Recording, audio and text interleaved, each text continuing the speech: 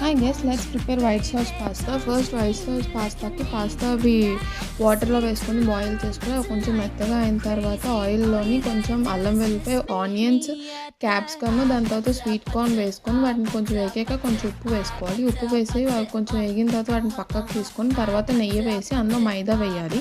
ఆ మైదా కొంచెం వేగిన తర్వాత అందులో పాలు వేసుకోవాలి. ఆ తర్వాత మళ్ళీ మొత్తం ఒకసారి పోసుకోకండి. పాలు మైదా కలిసాక ఆ చిక్కదనం బట్టి మళ్ళీ పాలు పోసుకోండి.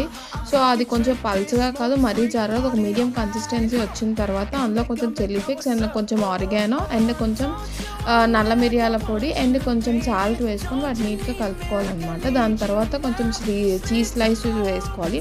ఇందాక వేగించి పక్కన పెట్టుకున్న అవి కూడా వేసుకోవాలి, వెజిటేబుల్స్ అన్నీ. సో తర్వాత బాయిల్ చేసుకుని పాస్తా కూడా వేసుకోవాలి.